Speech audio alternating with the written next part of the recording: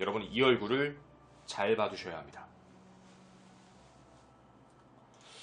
근데 여기서 가장 큰 문제점은 뭐냐면 다들 진술이 거짓말이 나왔던 거니까 목격했다는 부분에 대해서요.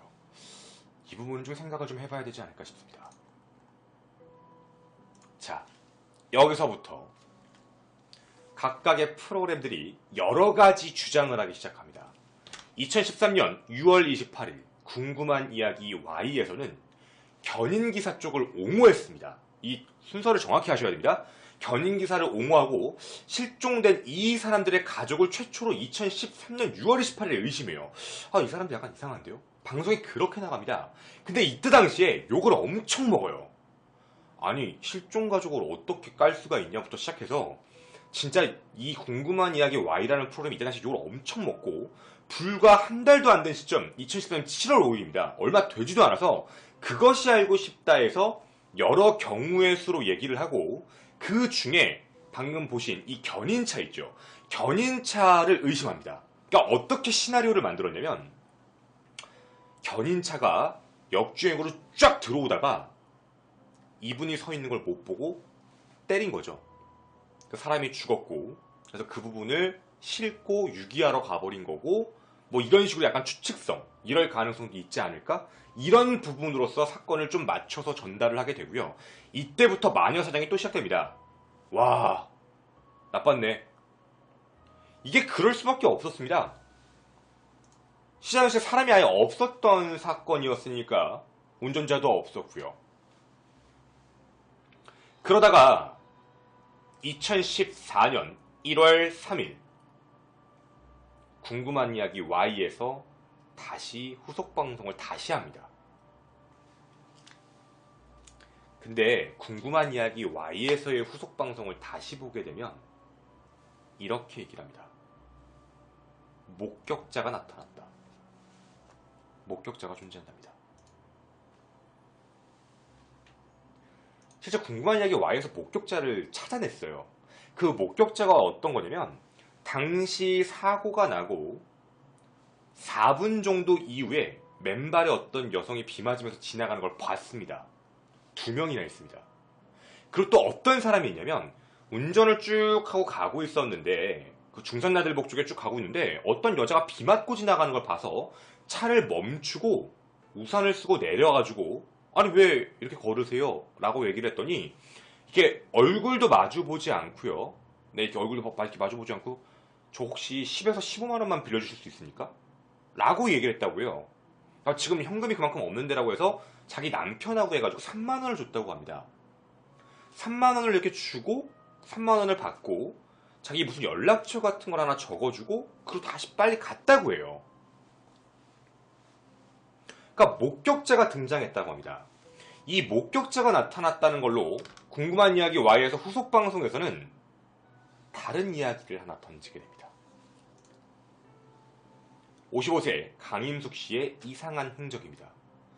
강임숙 씨는 실제로 사고 당일날 그 부산광역시랑 대구광역시를 거쳐서 채무관계 한 1억 원 정도 빌려준 돈이 있는데 그게 좀 처리가 안 됐답니다. 그거를 해결하려고 갔었고 사고 당일날 강 씨가 만났던 사람은 지금은 교도소에 있다고 합니다. 그리고 독특한 건 강 씨는 월 130만 원 정도를 내는 여러 보험에 가입이 돼 있었고 실종된 지 5년이 지나면 법원에서 사망 판결이 나온답니다. 그러니까 실종 5년은 사망과 똑같다. 실제 이분이 실종 5년 차가 되면 보험금은 7억 3천만 원 정도가 나오게 됩니다. 그 5년이 1년도 안 남았습니다. 이제 5개월 정도 남았습니다. 내년 5월 27일이니까 5개월 뒤에는 7억 3천만 원을 강임숙 씨의 가족, 즉 배우자가 수령이 가능합니다. 궁금한 이야기 Y가 이 부분을 강조한 이유가 뭐였냐면 실제 가족들한테 갑니다. 남편한테 가서 목격자가 나타났어요. 실제로 돈을 줬대요. 라고 얘기를 했는데 안 믿습니다. 저 연말 뭐 준비도 해야 되고 오지 마세요. 저 바빠요. 저는 그런 말을 믿지 않습니다. 되게 원래 그러니까 모든 사람이 평범하게 생각했을 때 목격자가 나타났다고 하면 아 진짜요?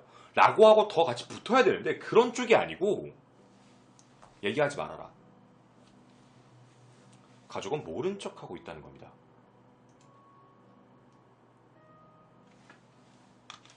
이상하게 꼬여있는 실타래입니다. 여러분 지금까지 제가 얘기한 이 모든 내용은 세 가지 프로그램들이 얘기한 걸 다 엮어봤습니다.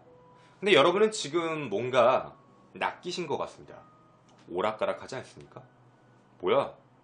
서모씨 이상하네. 뭐야? 레카차 이상하네. 뭐야?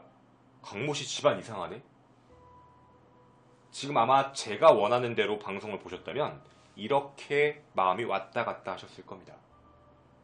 일부러 그렇게 얘기한 거거든요. 이 사건은 시작부터 뭔가 잘못 잡혀 있었습니다. 실종이냐, 살해냐, 유기냐. 여러분, 제가 이 사건에 대해서 좀 집중을 해야 된다라고 생각을 했던 게 어떤 거였냐면 첫 번째 바로 저는 이겁니다. 분명히 우리 사실적인 내용들만 놓고 봤을 때 차량 우측이 작살이 났어요. 그리고 머리카락이 발견됐다는 건 누가 봐도 팩트입니다. 그리고 오른쪽에 일단 먼저 박살을 날 수 있다고 얘기를 하는 건 머리카락이 발견된 부분이니까 분명히 아내 서모 씨를 먼저 쳤다라는 걸 우리가 인정을 해야 됩니다. 아내 서모 씨를 먼저 쳤다라는 그 증거를 제가 가지고 왔습니다. 바로 누군가의 거짓말을 찾았습니다. 분명히 장담합니다. BMW 차량의 운전자는 서모 씨의 남편이 아니라 아내일 것입니다. 추측이 아닙니다. 이거는 아마 분명히 100%일 겁니다. 여기서부터 실타래를 다시 한번 풀어보겠습니다. 조금만 더 풀어볼게요. 분명 BMW 차량의 운전자는 분명 아내일 것입니다. 아내는 남편을 대신해 BMW 차량을 운전하고 있었고 운전을 하고 가다가 조작 미스로 빗길에 미끄러져서 차량을 우측으로 꺾고 사고가 난다. 사고가 난 상태에서 너무 당황을 해서 우산을 피고 차량에서 내렸는데 그 뒤에 쫓아오던 모닝 차량이 그 아내를 차로 쳤고 그렇게 해서 아내는 옆으로 넘어가게 됐다. 제 추리가 좀 이상합니까? 왜 아내야? 제가 지금부터 아내의 거짓말을 보여드리겠습니다.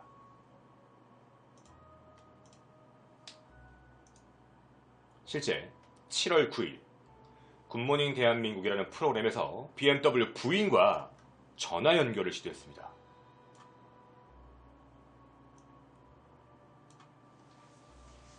보이십니까? 저는 차에 받친 순간부터 3일이 지난 후에 깨어났거든요. 차에 받쳤다고요? 누구도 차에 받쳤다고 얘기해 준 적이 없는데. 차에 받쳤다고 본인이 얘기 안 하고 기억이 안 나는데 가드를 뒤에 있었다고 했었습니다.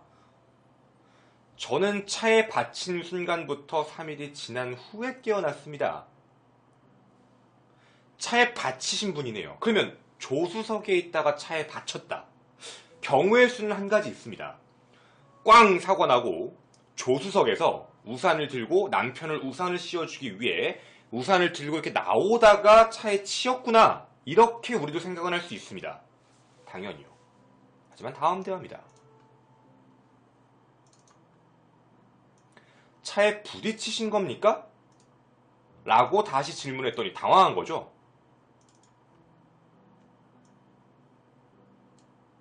보이십니까?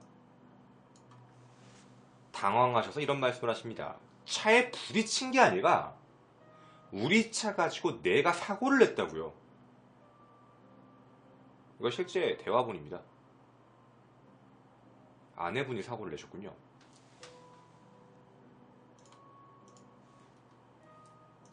그래서 다시 물어봅니다. 아니요, 우리 남편이요. 전화 끊을게요. 하고 전화를 끊었습니다. 자, 제가 오늘 제목을 여러분한테 거짓과 거짓이 만들어낸 미스터리라고 제가 얘기를 드렸습니다.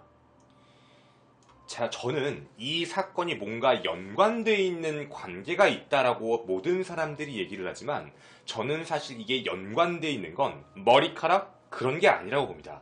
서로의 이익을 위해서 각자의 이익을 위해 자신들의 방어를 하다 보니까 각자 그 실타래가 엮여서 거짓이 만들어낸 미스터리라고 봅니다.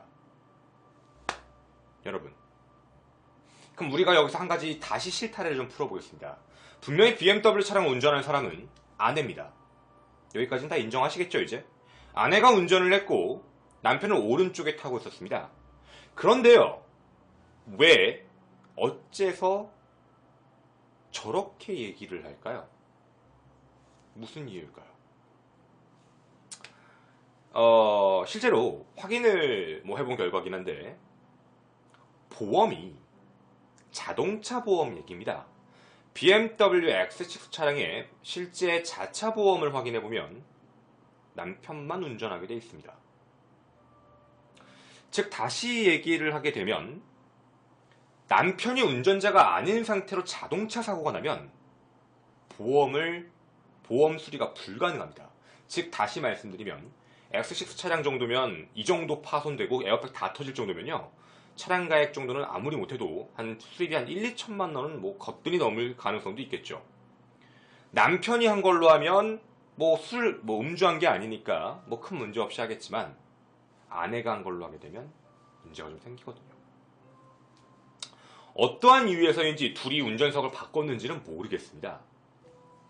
하지만 어쨌든 남편이 계속해서 본인이 운전했다라고 주장하는 이유, 가스 냄새가 나서 기억이 안 났다라고 하는 이유, 글쎄요. 합리적 판단을 했을 때 뺑소니 보험금을 받는 것과 자동차 자차 보험을 받는 거에서 어떤 게 더 금액에 비용적인 측면에 더 이익이 있을지는 여러분도 되게 쉽게 판단할 수 있을 거라고 생각을 합니다. 뺑소니 합의금이 차량 수리비가 나올 만큼은 아닐 것 같거든요. 자, 그러면 일단 첫 번째 실타를 한번 풀어봤습니다. 말씀드린 대로 첫 번째 사고에 대해서는 이래서 거짓말을 할 수밖에 없는 상황이었다라는 그 이야기로. 그러면 이제 BMW 차량은 이 사건에서 버려도 됩니다. 버리겠습니다. 만약에 이걸 여기서 버리게 된다면 이제 남는 건 레카 부분과 그 다음에 그 자동차, 모닝 자동차에 대한 부분에 문제가 생깁니다. 분명히 목격자들은 모닝 차주가 밖에 나와가지고 이렇게 기어있는 걸 봤다라고 했거든요. 뒤에 지나가는 차들. 근데 이 사람이 멀쩡하게 서가지고 걸어서 그것도 맨발로 어딜 갔다, 돈을 빌렸다, 이렇게 얘기하는 이 진술입니다. 자, 일단 제가 이 부분에 대해서는 몇 가지 조금 바꿔서 얘기를 좀 해보도록 하겠습니다. 비가 오는 날이었습니다. 인상착의는 좀 독특하긴 하죠. 신발이 없으니까. 좋습니다. 목격자의 진술이 진짜 100% 맞는지 아닌지 신빙성이 있는지 없는지는 잘 모르겠지만 현재 여기는 어딘가 앞뒤가 다 안 맞는 얘기들만 하나씩 있는 거예요. 하나씩. 자, 그럼 우리가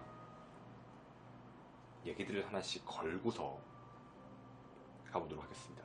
첫 번째, 실제 그것이 알고 싶다 해서도 의심했던 살인, 사람이 죽은 부분입니다. 쉽게 말하면 레카차가 들어와서 사람을 치고 그리고 그거를 싣고 그냥 갔다.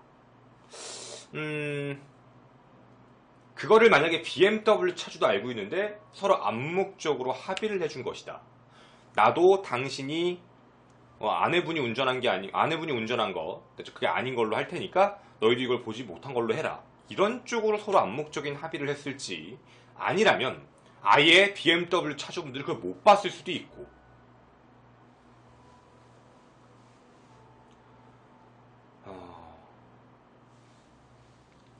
궁금한 이야기 Y에서는 당시 비가 너무 많이 내렸기 때문에 사람이 이렇게 누워서 손을 흔들었다라고 얘기하는 부분에 대해서 자동차 범퍼일 확률도 있다라고 주장을 했습니다. 근데 저는 이 부분에 대해서 반박하겠습니다. 차량은 왼쪽으로 추돌했습니다. 범퍼는 2차선으로 튕겨나올 수가 없어요. 실제 튕겨나왔다고 해도 눈앞에서 두 바퀴를 굴렀다고 얘기했던 버스 여객 기사의 말도 안 맞습니다. 그래서 저는 사람이 누워있었다는 걸 믿겠습니다. 실제 사람은 처음에 충격을 받고 나와 있었다 라고 일단 보겠습니다. 근데 어째서 이 사람이 핸드폰, 지갑, 그 어떤 것도 없이 사라졌나에 대한 부분입니다.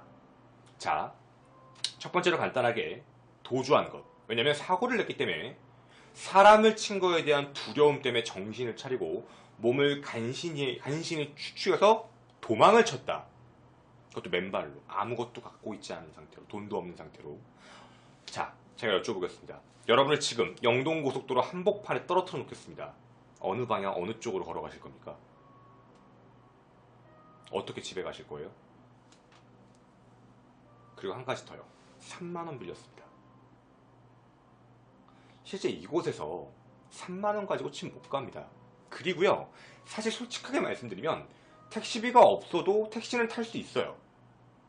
근데 택시를 탄 것 같지는 않습니다. 왜냐면 택시를 탔다면 택시에 대한 목격자도 분명히 나오겠죠.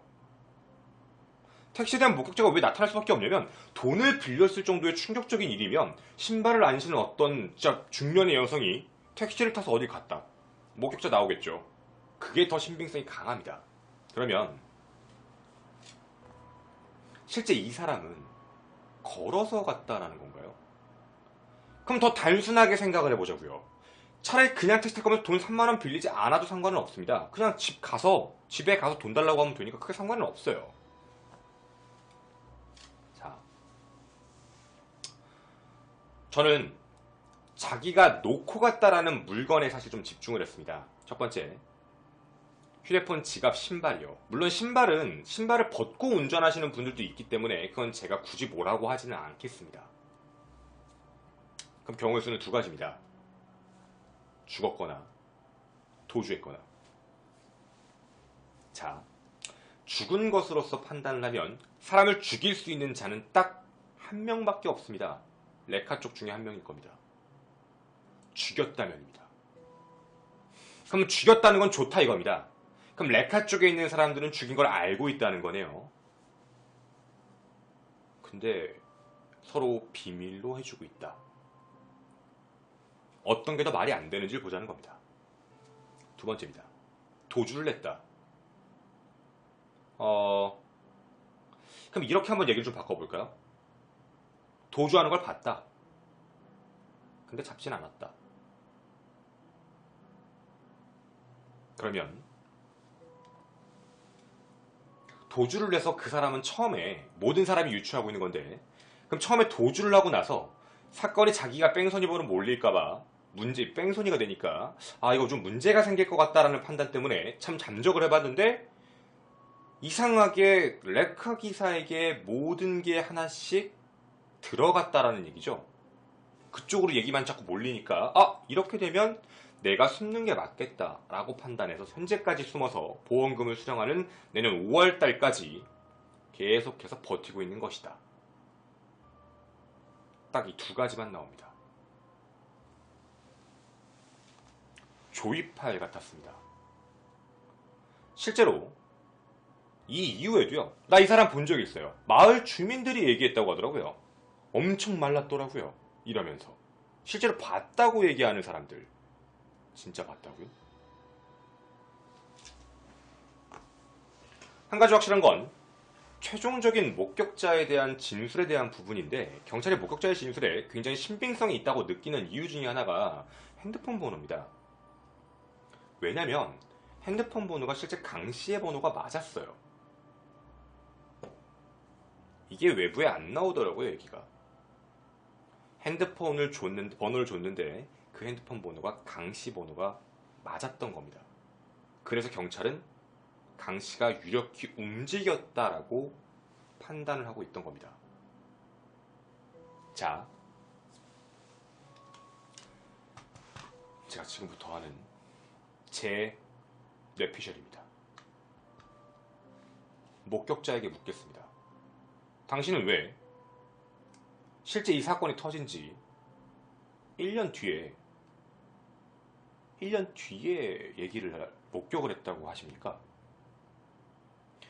그리고 당신의 목격 진술에 제가 한 가지 의심을 가졌던 이유가 뭐였냐면 지도입니다. 실제 사고가 났던 고속도로에서 당신들이 지나가다가 봤다고 얘기했던 그 길까지 사람이 뛰어가도 그 시간 안에 도착하기 좀 힘듭니다. 1년이 지난 시간에서 갑자기 나타나서 핸드폰 번호까지 보여주면서 얘기를 한다. 저는 개인적으로 목격자의 진술에 대해서의 신빙성을 경찰이 믿는 부분은 이해를 하겠지만 저는 개인적으로는 믿고 싶지는 않습니다.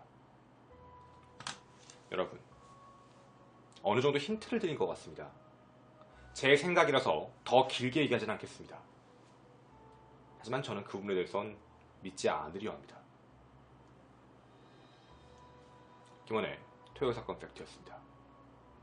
저희 본방에선 몇 가지 얘기를 더 하도록 하고요. 감사합니다. 김원이었습니다.